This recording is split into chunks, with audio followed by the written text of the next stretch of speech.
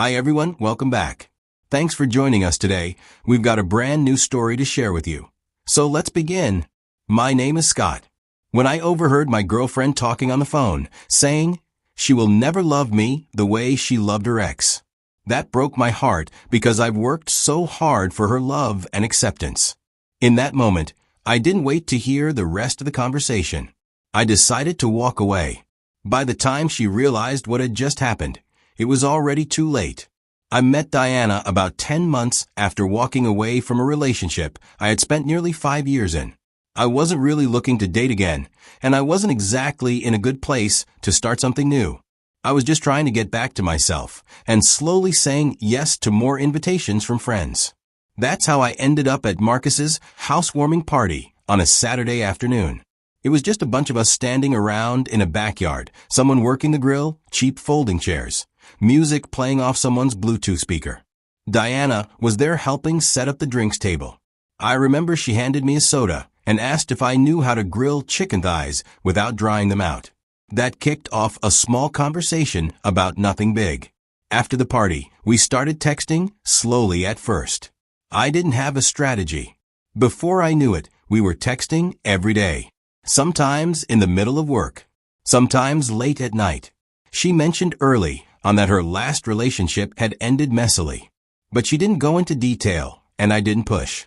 I figured if it was important, she'd bring it up when she was ready.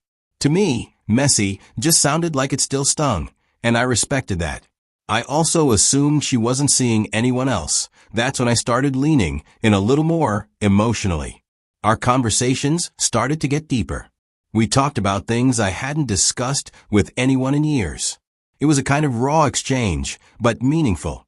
Eventually, one night over text, Diana opened up. She admitted her ex had cheated on her, and added she found out not from him, but from a woman who messaged her out of guilt.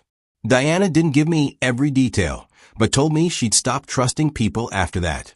She added that she hated the idea of depending on anyone, that she had learned how to be self-sufficient and had no interest in ever feeling powerless again. I remember sitting there, phone in hand, trying to find the right thing to say. I typed out, "I'm not here to control you, just to know you." She didn't say much after that, just a short thanks. I didn't know if that helped or if she just didn't want to go deeper in that moment. But things didn't get weird after that. In fact, they got better. 6 months after we met, Diana and I made things official. Not long after, she started spending more time at my place. Some nights, she stayed over, without even planning to. I'd make us something simple for dinner. I'm no chef, but I can handle spaghetti, pan-fried salmon, stuff like that. My feelings for her kept growing deeper, without me even realizing. But one of the first things I started to notice was how rarely she said, "I love you." At first, I thought maybe she just forgot now and then. We were both busy, life gets hectic. But it turned into a pattern. Eventually, I stopped expecting to hear it, and that hurt more than I liked to admit, even to myself. She still showed affection, sure. But there was something held back. Physically, she was there.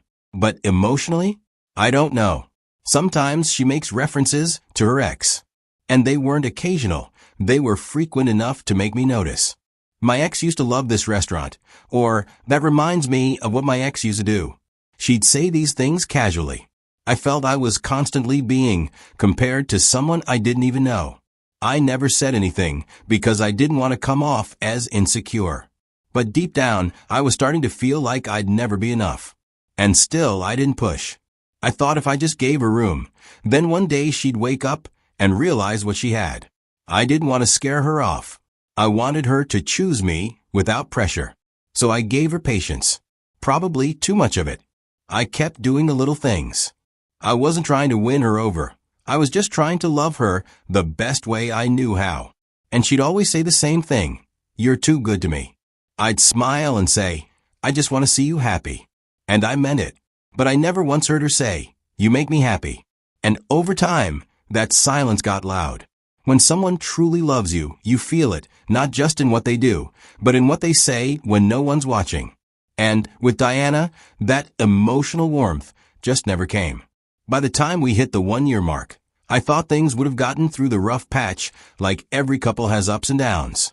But instead of improving, it felt like everything between me and Diana was getting colder. She'd take hours to reply to my texts without giving an explanation, and a quick message like busy, talk later. And yeah, I get it, people get busy. Work can be rough. I started to notice that even when we were in the same room, it felt like I was alone. When I asked her if something was wrong, she always gave the same answer. Work's just been stressful. I wanted to believe her. But our time together started to shrink. Suddenly, she had meetings on weekends, late-night calls, deadlines that just had to be met. Still, I didn't walk away. I wasn't ready to give up. And just when I felt myself starting to accept that maybe this was it, that we were dying slowly, Diana surprised me. I got tired of complaining and began withdrawing, and she realized. One night out of the blue, she called me and said, "Hey, I was thinking we could do a weekend away. Just the two of us at my place. Like old times." And man, I was filled with joy. I wanted to believe that this was the moment we turned it around. I told myself maybe she just needed space before, and now she realized she missed me, too. That Friday evening, Diana texted, "Could you grab Thai for me? Extra spicy. I'm exhausted." I didn't think too much of it at the time. Honestly, I was glad she was even reaching out. Lately, things had been tense. Her replies short, her tone distant. So when she asked for food, it felt like a small opening. Maybe we'd eat together, talk, and find a way back to that place we used to be in. I wanted that badly. So I got in the car and drove 25 minutes to her favorite Thai place. I didn't mind, though. I was actually smiling while waiting for the food. I even checked it at the counter to make sure they got the extra spicy part right. When I finally got to her place, I noticed the front door wasn't locked. She usually kept it that way when she knew I was coming. So I walked in like I always did, quietly, balancing the bag of takeout in one hand and the Thai iced tea in the other. I slipped into the kitchen and set everything down gently on the counter. The place smelled like her. But as I turned to go surprise her in the bedroom, that's when I heard her voice. It was coming from down the hall, from her bedroom probably. She was on the phone. I figured I'd wait a minute before going in, not wanting to interrupt whatever conversation she was having. But as I listened, it sounded almost confessional. I couldn't hear the other person, just her. But I'll never forget the words that followed. "I know, right? I mean, he's so sweet. Like, he'd literally do anything for me. But I'll never love him like I love my ex. That kind of love doesn't happen twice." I just stood there with my heart beating. I didn't confront her to make a scene. I just turned around, walked back out the door as quietly as I came in, and got back into my car. I didn't even take the food. The drive home felt longer than usual, as I thought back on all the little things I'd done and the plans I had canceled to make her feel better. The times I swallowed my own hurt so she didn't have to deal with one more thing. I'd given so much of myself, thinking it would mean something. But in the end, I was just the guy who picked up dinner. The guy who made her life easier. Not the one she loved. And that truth cut deeper than anything she could have yelled at me. When I got home that night, I tossed my keys in the bowl by the door, kicked off my shoes, and sat on the edge of the couch. After a while, I picked up my phone to check the time and noticed an unread message. All from her. The first one said, "Hey, where'd you go?" Sent maybe 20 minutes while I was driving. The next came about an hour later. Food was amazing, by the way. But did something happen? The last message came closer to midnight. "Are you okay?" I stared at that message for a full minute. Not because I didn't know what to say, but because I finally understood I didn't owe her anything else. No explanation, no response, or a final goodbye. She had all the chances in the world to treat me like a partner. I wasn't an intern. I wasn't in training. I was her husband. And when she stopped treating me like that, she made her choice. All I did was give her the result she thought she was in control of deciding. I went to my contacts, scrolled to her name, hovered over it for a second, and then deleted it. She showed up at my door 3 days later, one late afternoon. I got back from work and had barely taken off my shoes when I heard the doorbell. I didn't need to check. I had a feeling it was her. You know how sometimes your gut just knows? That was one of those moments. And I wasn't wrong. When I opened the door, there she was, Diana. But her eyes didn't have that warmth I used to chase. They were frantic and accusatory. Before I could even say anything, she launched right into it. Why haven't you answered my texts? Or my calls? You've been ignoring me. I kept my hand on the door. I didn't invite her in. I wasn't trying to be rude, but honestly, I couldn't even trust myself to sit across from her without saying something I might regret. So I just said it flat out. Why don't you go talk to your ex? I said. She blinked like she didn't understand what I meant. Tried to put on that confused face she always used when she didn't want to take accountability. She asked, "What are you talking about?" So I told her. I heard you on the phone that day. That shut her up. Her face dropped for a second, like I'd yanked the mask off. But she still tried to recover. I didn't mean it like that, she said, almost whispering now.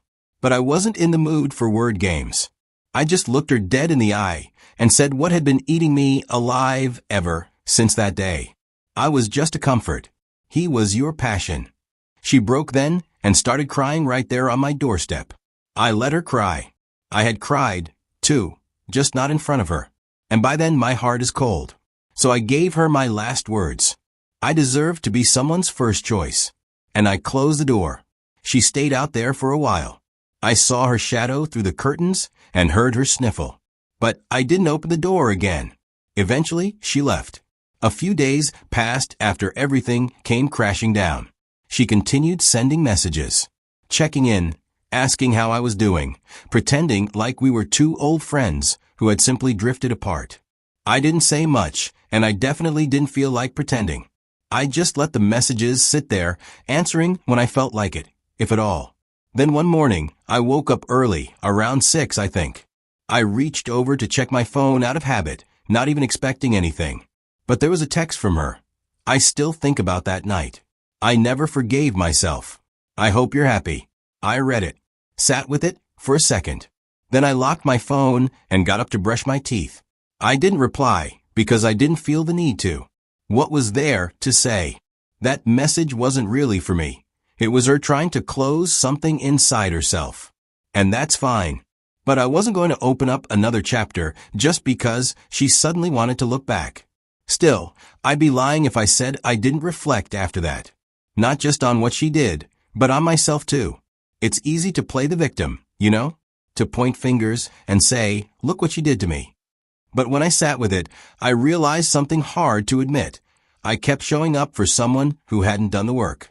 I kept hoping that love alone would be enough to carry both of us, even when one of us was dragging their past behind them like an anchor. I told myself she changed. And I think, deep down, I knew she hadn't healed. I just didn't want to believe that meant I had to walk away. I blamed her for staying stuck, but I was the one who stayed beside her, knowing she was stuck. So yeah, if there's blame to go around, I'll take my share. I should have walked when I realized she wasn't ready. I should have protected my peace instead of trying to be her savior. Because loving someone doesn't mean sacrificing yourself while they sort themselves out. It's not my job to carry both of us. Not anymore. Thanks for sticking with me and watching this all the way through. I hope it gave someone out there clarity or comfort or even just the sense that you're not alone. If this helped you or made you think twice about what you're settling for, go ahead and like the video and share it with someone who might need it too. Take care of yourself.